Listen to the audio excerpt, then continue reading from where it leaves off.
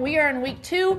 Everybody going this week. Everybody's got their first game in at least. Let's get right into the action with the Laney Bucks in their home opener tonight. Yeah, I was over at Laney where they were looking to go 2-0 against the Pine Forest squad, and they came out energetic. They came out relaxed. Greg Dietz was smiling before the game. Even the sign looked good that they ripped through. Right out the gates, Mike Sheehan looked great. Pinpoint all game long, smart with the ball. The best play of the game, did it over and over, saw it probably 3 or 4 times in the first 2 drives. There's a rollout pass, hits R.J. Pearsall on the end, looked great.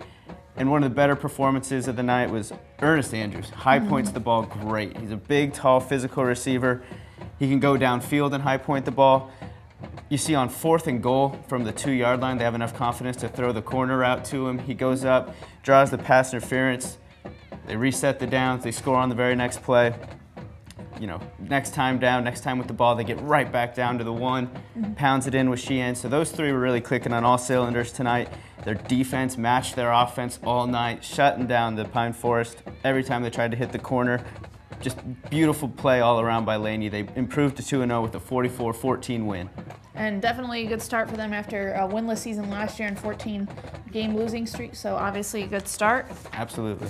Joined now in the studio by Star News intern Vince Nairn. You went up to Topsail for a county matchup with Pender tonight. What happened up there? It was a great game right off the start. We see Pender just pounding the running back right away. Quarterback Shaq Hooper, 45-yard touchdown run, gave them an early 7-0 lead. They continued to pound the run all the way through the game. There appeared to be a turning point. Pender had a chance to go up 14-0, but they're on the goal line. They fumble it. Topsail recovers the football. Leads to a touchdown pass from quarterback Will Thomas to tight end Nick Schul. They're tied at 7 right at the end of the half. And then Topsail would recover a fumble after the kickoff and get a field goal to go up 10-7 in the half, but it would be all Pender in the second half. Just pounding the ball, run, run, run. Josh Johnson, 196 yards. Hooper added 123 and 3 touchdowns, and they just ran away with it 26-10.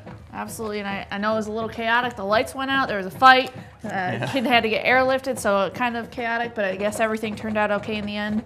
Another matchup of 2 local teams that I went and covered tonight. South Brunswick opening up at home with Ashley. Ashley got out to an early lead, goes up 7-0 and then 14-6 in the second quarter. They go into halftime tied 14-14. It was really all South Brunswick from there. A couple keys to the game.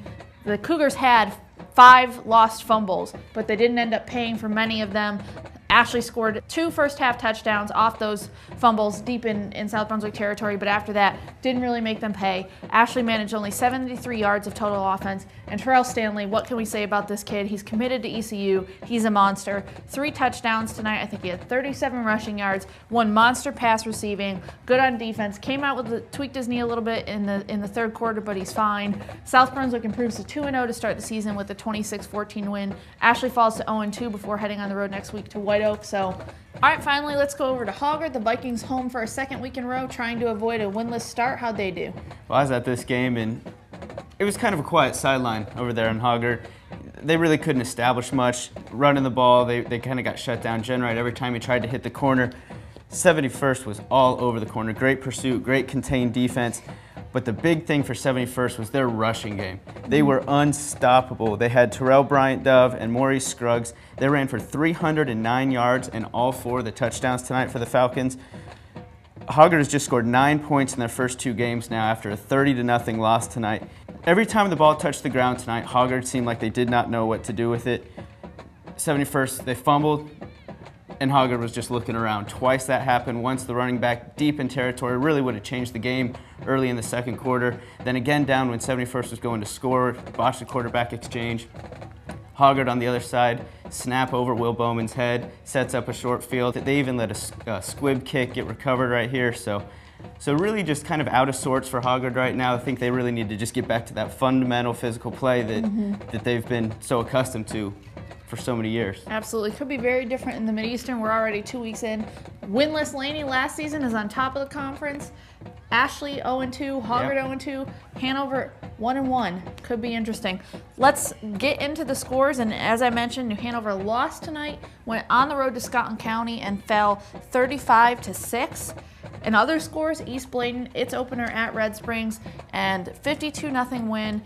Quarterback Deron Burney does well in the return, his first game after the passing of his mother last week, so hopefully on the road to healing there. Good to see that. Yes. In Columbus County, a matchup there. East Columbus on the road at South. Not really a contest for the Stallions. They go on to win 38-6. West Brunswick in a close one, 29-28, falls to Sockasty in overtime, so starts the season 0-2 for the Trojans. And state title defense going well for the Walsers Hill Bulldogs. Pull off a 56-20 win at home over Clinton tonight. Yeah, a lot like last week with some close games, some really good games that we expected, like West Brunswick in overtime, and then some blowouts. Yes. And that's good. That's high school football. That's the way it is, and that's what we like to see. You know, Absolutely. Competition, good teams. Absolutely. Well, plenty of fun stuff here. Be sure to check back on Wednesday for Friday night varsity preview as we look ahead at all the week 3 games. If you need anything else during the week, stats, standings, scores, photo galleries, more videos, that's all on starnewsvarsity.com. But for this week, for Aaron Schoonmaker and myself, Rachel George, this has been Friday Night Varsity Flashback on starnewsonline.com.